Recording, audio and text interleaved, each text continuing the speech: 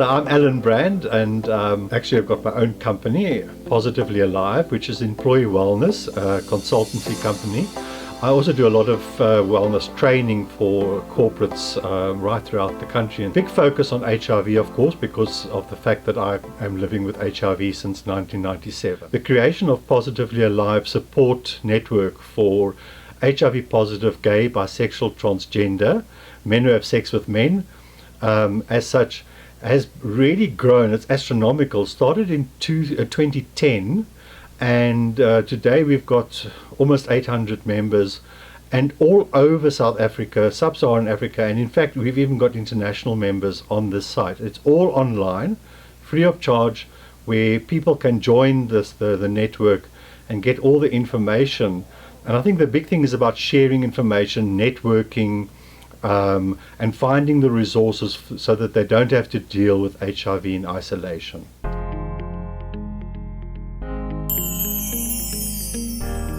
know, when it comes to internalized stigma, I always say that we always think, when we think of stigma and discrimination, we think it's going to come from external. Yes, there is maybe, but I honestly must say that in the many years that I've been living with HIV, the biggest stigma has never been the thing, how people look at me or what people say about me.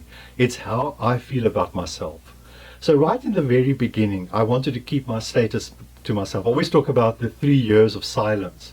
And those were the 3 years that led to me developing AIDS and being on death's door. And that's when the realization came that this is just not an option. And what I had to overcome was that internalized stigma. And the moment I began to open my mouth and say, but I am positive, and help me and teach me and tell me, you know what? Suddenly I got better. So the importance of overcoming that internalized feelings, those emotions, are so important.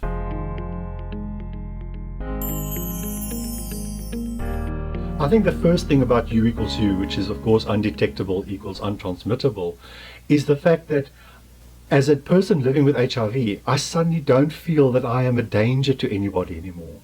Now that already has a huge impact on my self-worth, my feelings about myself, and the fact that I'm not going to infect somebody else. So automatically that improves my self-worth. And when my self-worth is improved, my reflection into the world, into society, becomes better. I think it's really changed the dynamics. The fact that today, knowing my status, being on treatment, being undetectable with a suppressed viral load, means that I am not the spreader.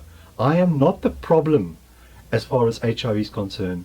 The person who remains the problem in the spread of HIV is somebody who never tests, doesn't know their status, and doesn't take action.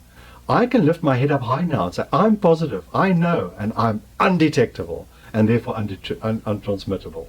And that's just fantastic.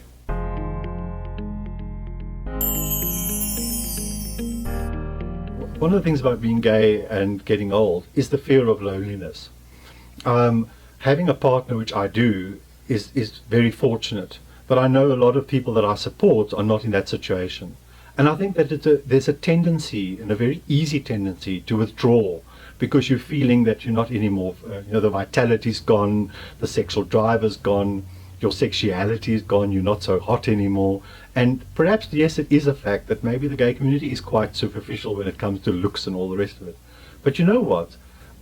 It's really all about your own internal feelings about yourself.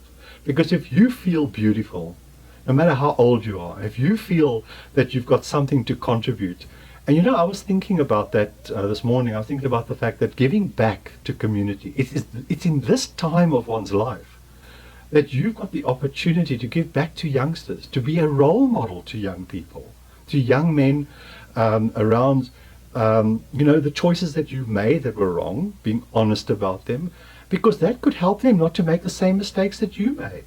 So what a wonderful opportunity. So instead of withdrawing, rather come forward, because your energy, your inner beauty now begins to shine.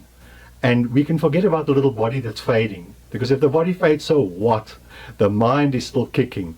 And if your heart is in the right place, you'll surround yourself with loved ones and people that will actually lift you up and make you feel young again.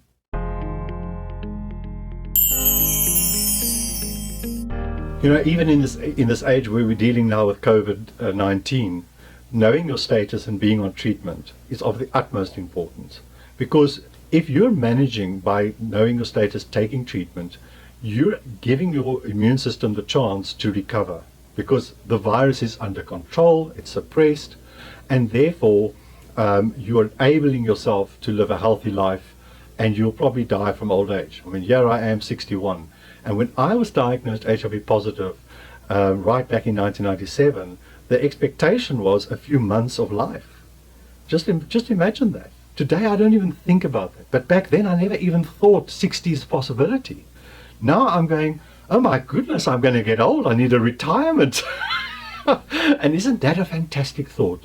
And you know, when I turned 60, that was the thing that came across, that's the thing that came through my mind.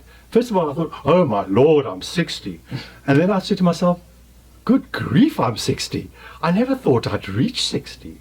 And that in itself just brought about all that overwhelming sense of what a blessing, just because of treatment. So I really want to encourage people, even if you've defaulted, go back, access treatment. If you haven't started treatment yet and you know your status, then now's the time. Because of COVID-19, you have a better chance of survival. Because of HIV, you've got a better chance of survival. And like me, you can get to an old toppy. I'm Alan Brand. Shine on.